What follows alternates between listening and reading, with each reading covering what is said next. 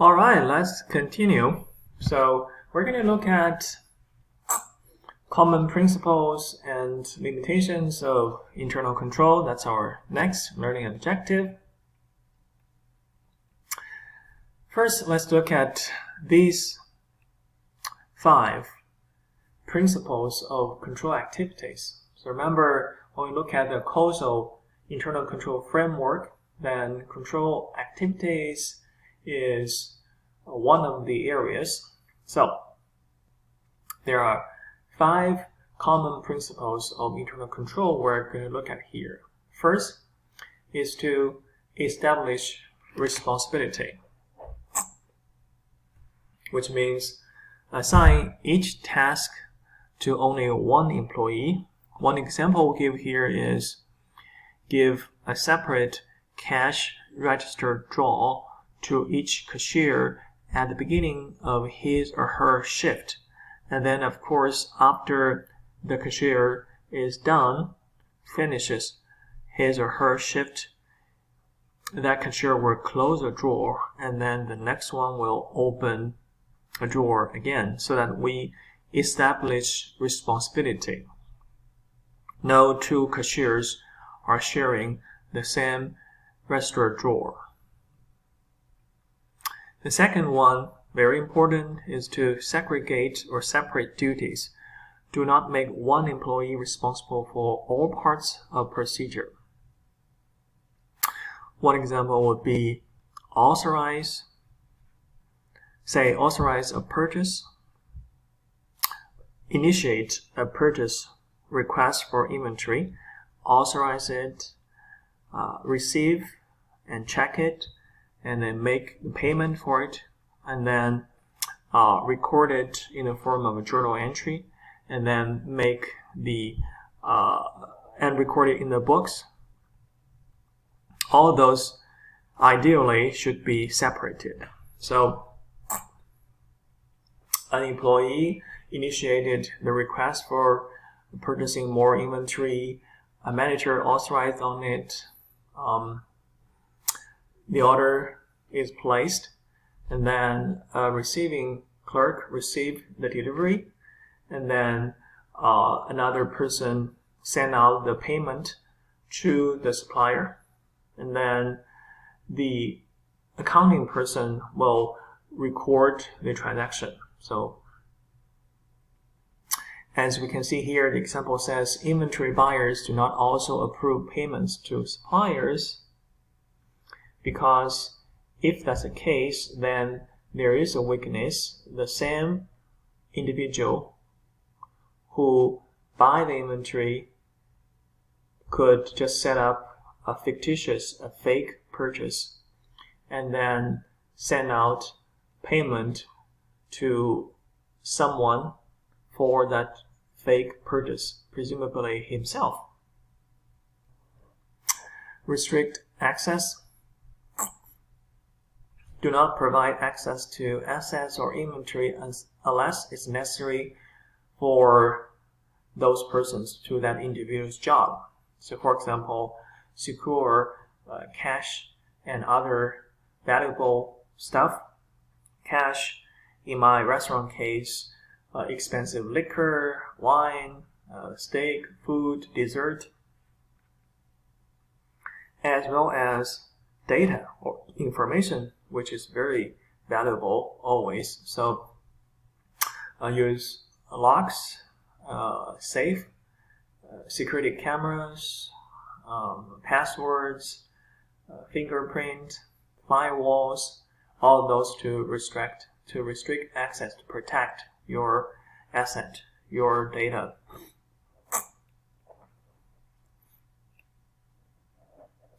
Document procedures.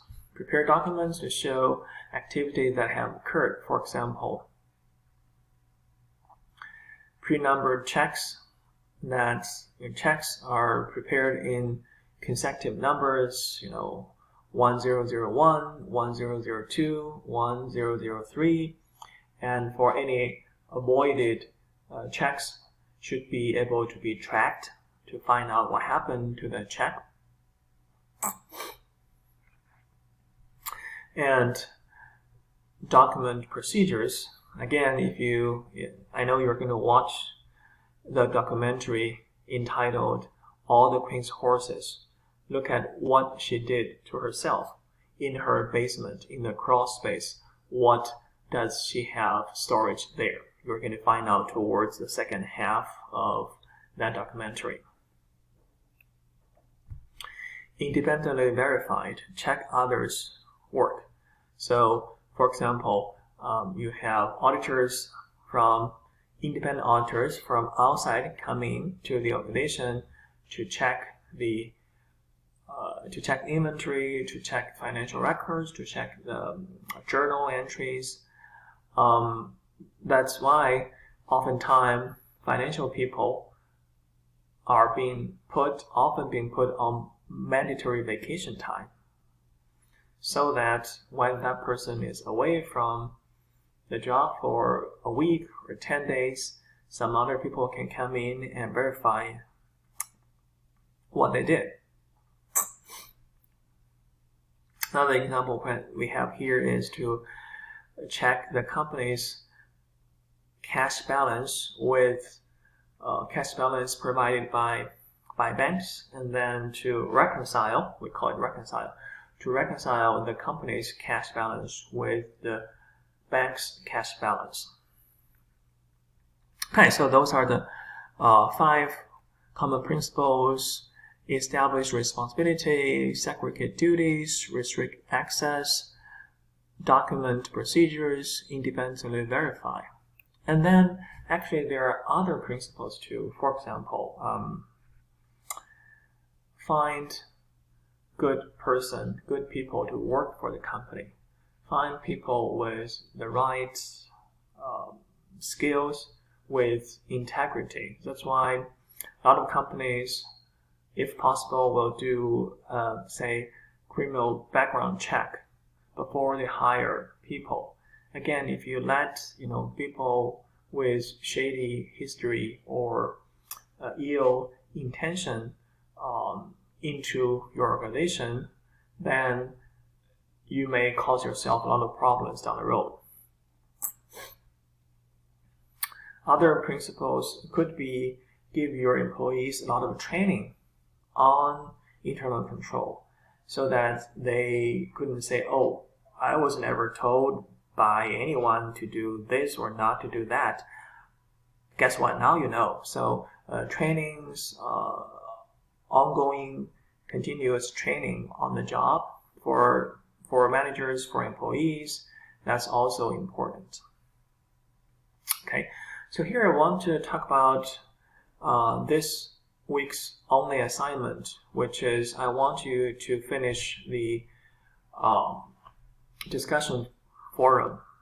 Discussion assignment for this week asks you to look at one company or organization that you have worked for or you are currently working for, and then give us one example of a possible internal control issues. Again, you can use what we learned here. You can look at the 5 common principles and say, hey, I think there's a problem with segregation of duties.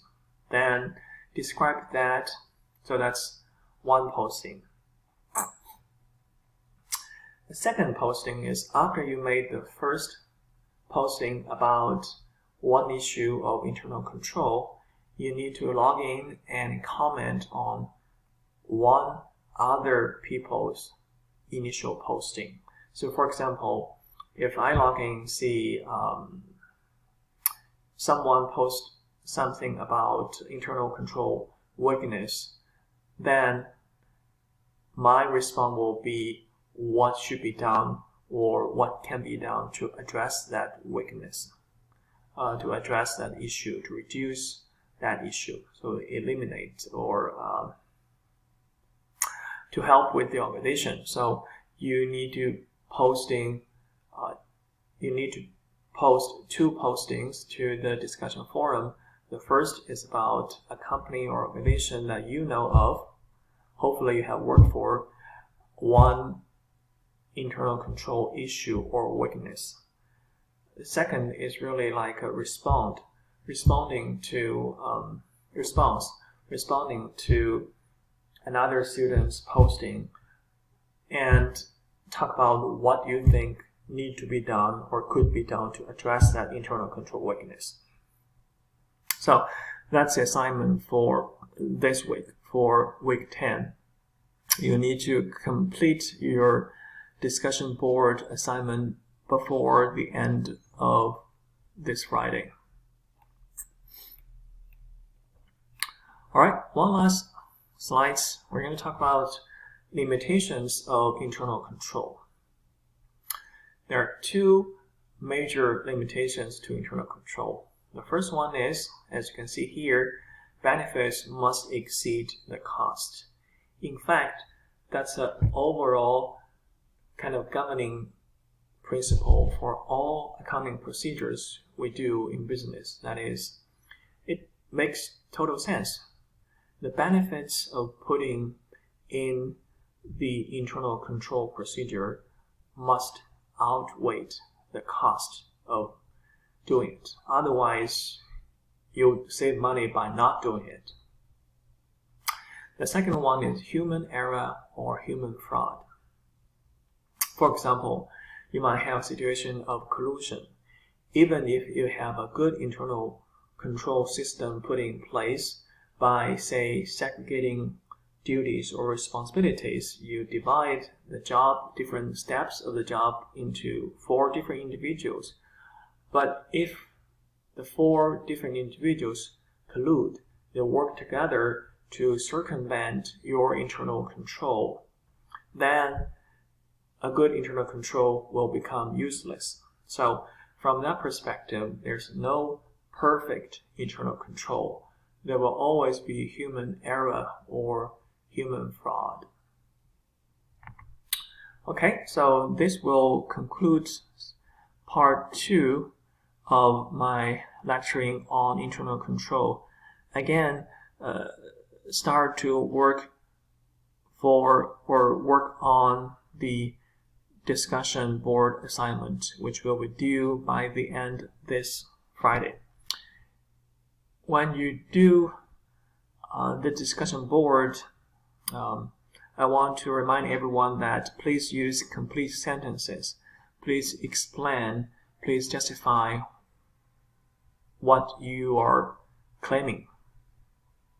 And be mindful of online etiquette. So be courteous to other people's comment. All right, good luck.